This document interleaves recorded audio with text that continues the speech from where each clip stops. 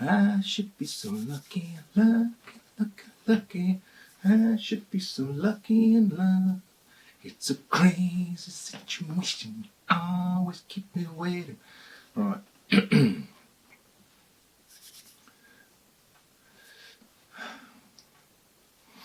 How we doing? Perfect drafters. Are you well? Good. Good. We've got a keg review.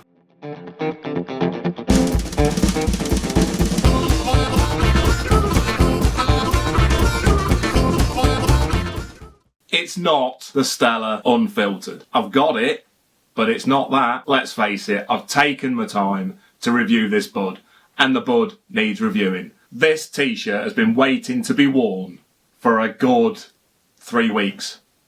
Probably more. Here it is, look, look. Huh?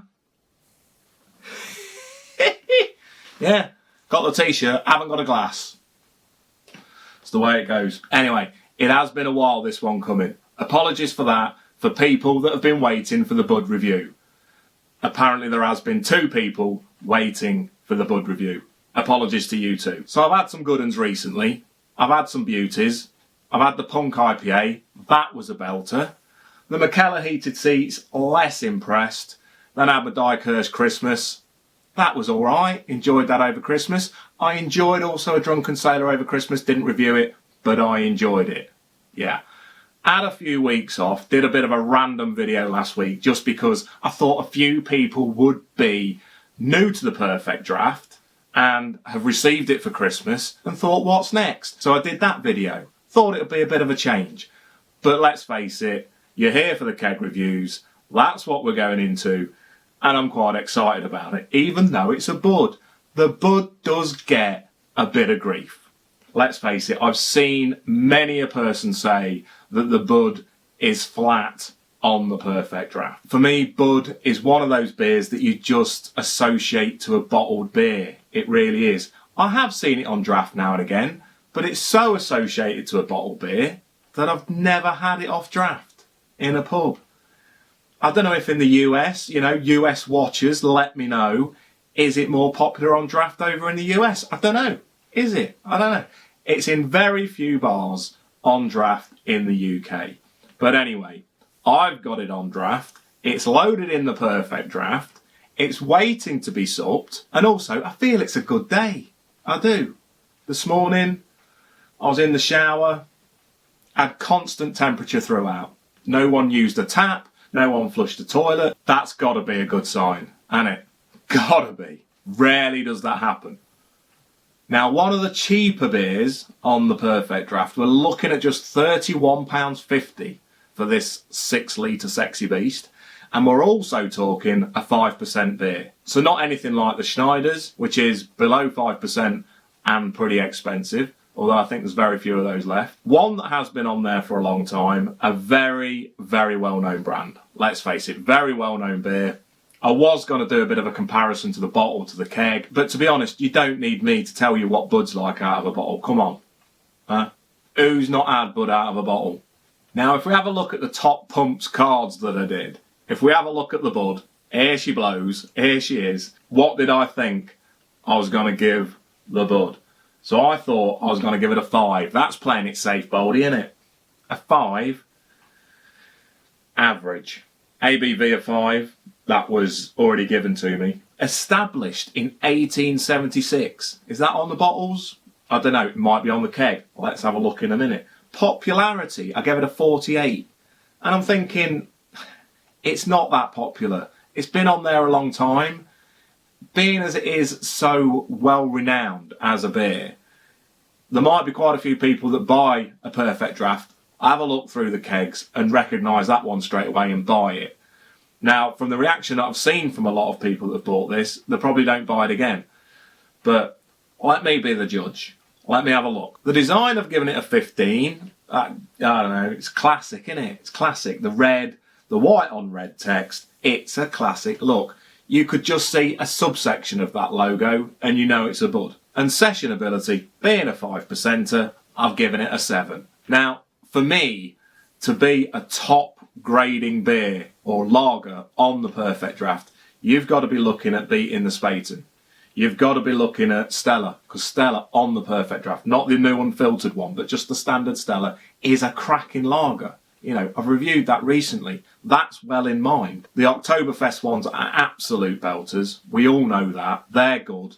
The original Lowenbrau's good, although I've not actually reviewed that. So there is some absolute beauties on the Perfect Draft for this one to contend with. I've heard it's a bit of a flatten. Let's give it a look. Let's see if there's any bubs. But before we do that, let's have a look at the keg. I'll do the pour. I'll bring it in. We'll see if we've got any bubs. We'll have a look. Then I'll give it a taste. I've got some snackage, and it's a classic bit of snackage. It is. It's a classic. So we'll have a look at that as well. I'll take a crunch. I'll let you know what I think to the snack. I'll let you know what I think to the beer. Without further, let's have a look at that keg. Look at that. Look at it. Is there a more recognisable beer brand? I don't know. Maybe not. Bud, king of beers. That's what they're telling us. I mean, I didn't see on that crest above, but you've basically got Australia, Europe, Asia, Africa, America. Yeah, they're all over the place. It's got a lot more blurb above that crest, but I'm not going to read it. I'm going to get stuck into it. Let's do the pour. Okay, so, yeah, not got a Bud glass. Yeah, I've got a t-shirt. Not going to pour it on the t-shirt. I am going to pour it in the glass. Let's go.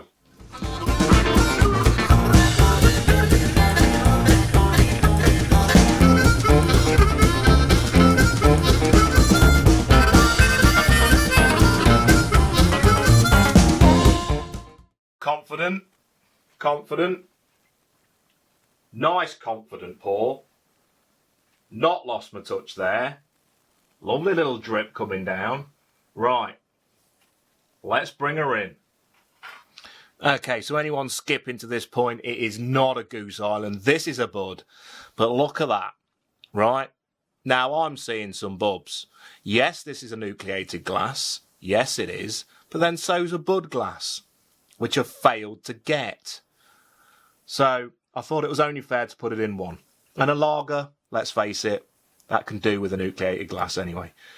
Don't want to bang on about that, but do want to bang on about the bubs, because that, for me, that ain't flat. I've seen flatter beers. I've seen flatter lagers. I reckon the Lowenbrau's flatter than that. Correct me if I'm wrong, but I reckon it is. Yeah? Stella wasn't, but then that Stella chalice that I banged that in, that causes volcanoes. It's unreal. Anyway, that's enough of looking at it. Let's taste it. Hey? Anyway, it's enough about it. It's a t-shirt. Right. We've got it, people. We've got it poured. And I have noticed it has lost its head pretty quick. Anyway, it did have some bubs. Let me give it a tippy toppy too and bring it in. There we go. There we go. There it is. Right, so I did give it a tippy-toppy, toodle-doo, because, yeah, it lost that head pretty quick. I can see bubs, though. Very light in colour, incredibly light in colour. I mean, that, yeah. Look at that. Yeah. So, anyway, don't matter about the colour. Not going to sniff it. It's a Bud. Let's taste the little beauty. Cheers, Perfect Drafters. Let's give it a go.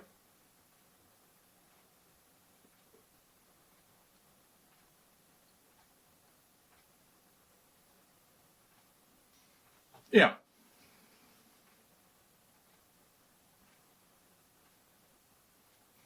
Yeah. Yeah. Yeah.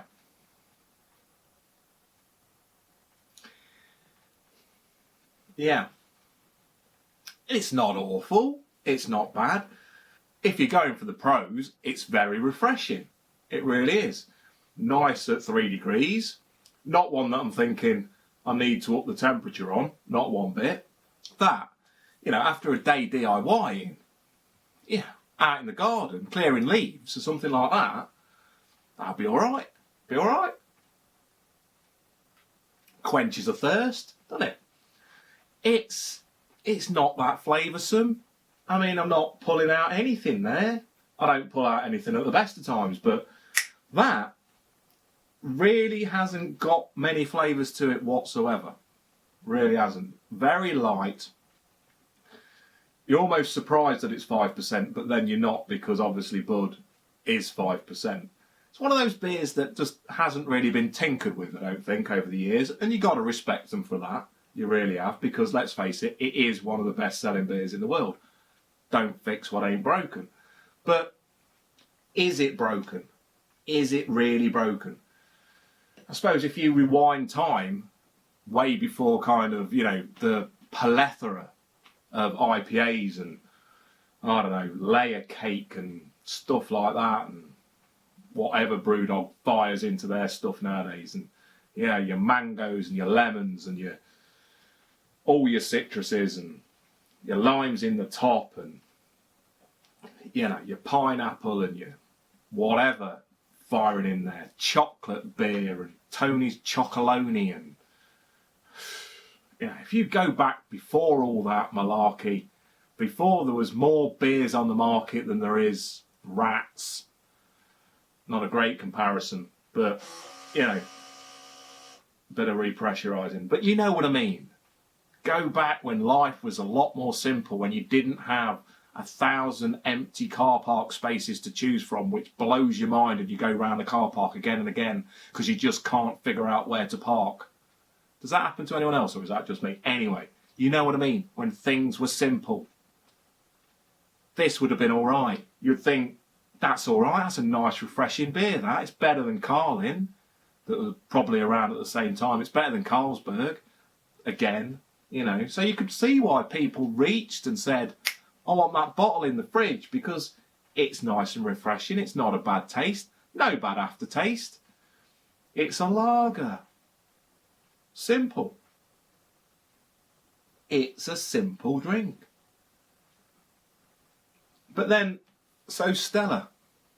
And it doesn't compare to Stella. Not on the Perfect Draft. I'm well looking forward to that unfiltered version. Really am. It's a very simple, nondescript beer. It goes down very easily. It's offending nobody. Literally nobody. But you have it and you just, you know, you're thinking...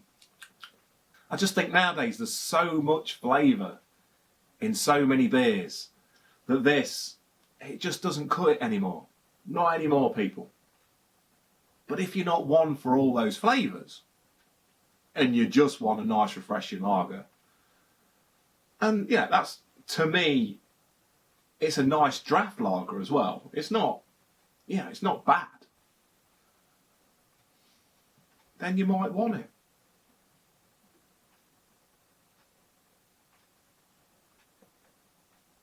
Right, let's have a snack.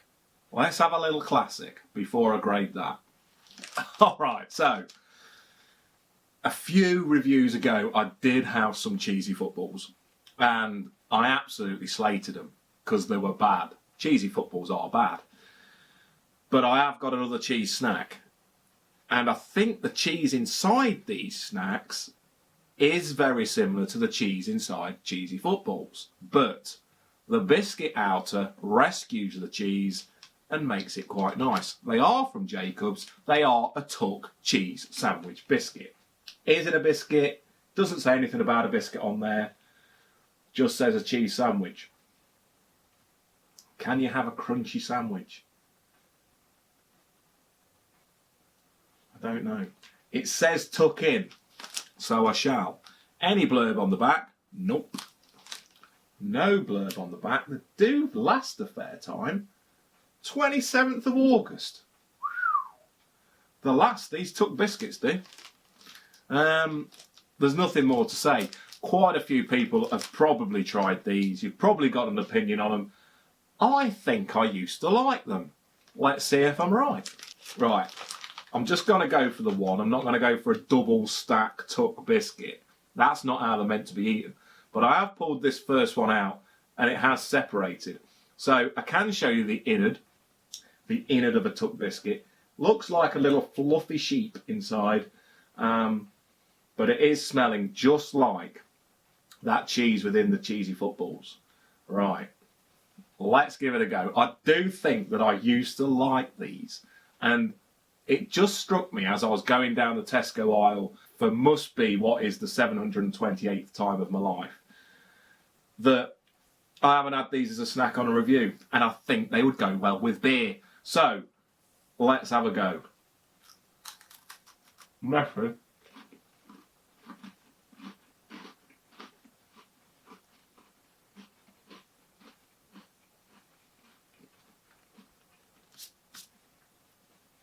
Got some crumbs on my Bud t-shirt, but let's continue.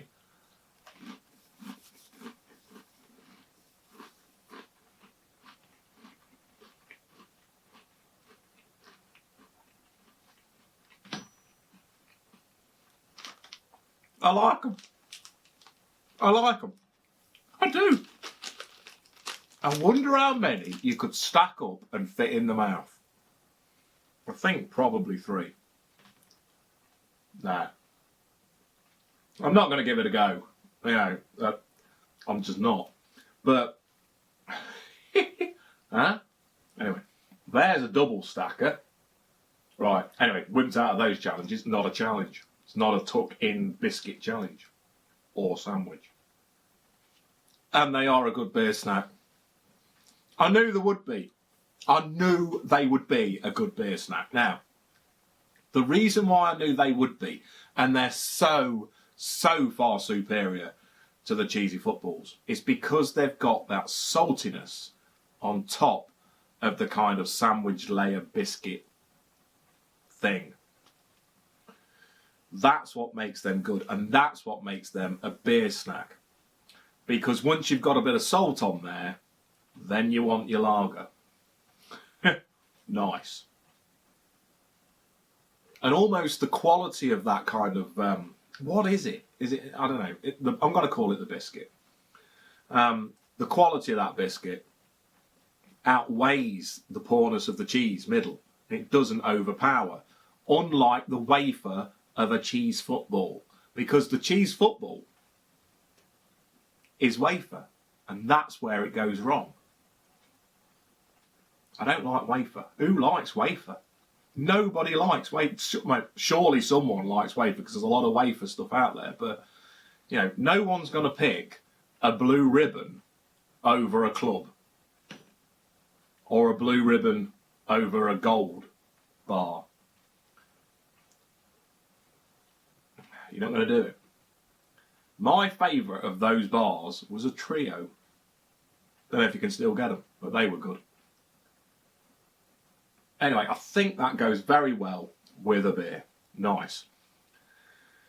As for the Bud, what are we going to say? I mean, it's gone down very easily. It really has. It goes down easily. I think the top trumps rating of 5 was just 1 point off. I'm going to give it a 6. I'm going to give it a 6 because it's so inoffensive. It really is. No one's going to get offended by that. It's an easy drinker. In the middle of summer, you'll fire through that keg at a rate of knots, which is quite a good job because it's actually quite a cheap keg. So if you was having a party or something, people would be firing them down, get 3 Buds in. It's got its place. A lot of them have the place, and that's this one's. The tuck biscuits, or cheese sandwiches, I'm going to give them a 7. I can't remember what I gave the cheese footballs, but it was a lot lower than that. I think it was probably a 3. I think that's the worst snackage I've had. I'm going to give them a 7. I like a tuck biscuit. Right, so last time, out of the beer 150 awesome facts about your favourite brew book, I gave a little snippet, a little tidbit of a fact. But this time, I'm going to give a little question. So section 2 from part 2, it's not sections, it's parts. Part 1, part 2, and then part 3. Part 2, beer trivia.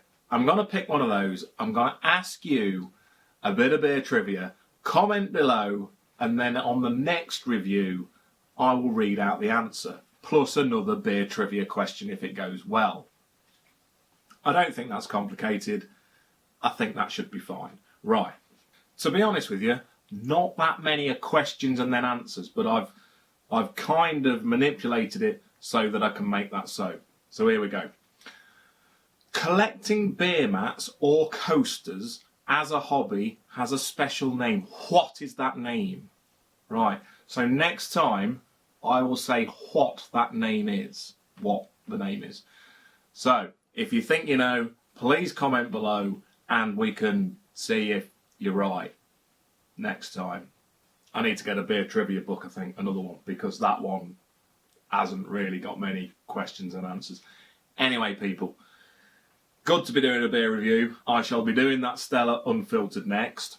But for now, Perfect Drafters, have an absolute beauty and a belter of a weekend. It's blooming cold, so let the fire burn and let the ale flow. Enjoy, Perfect Drafters. For now, have a good one. Cheers. Cheers.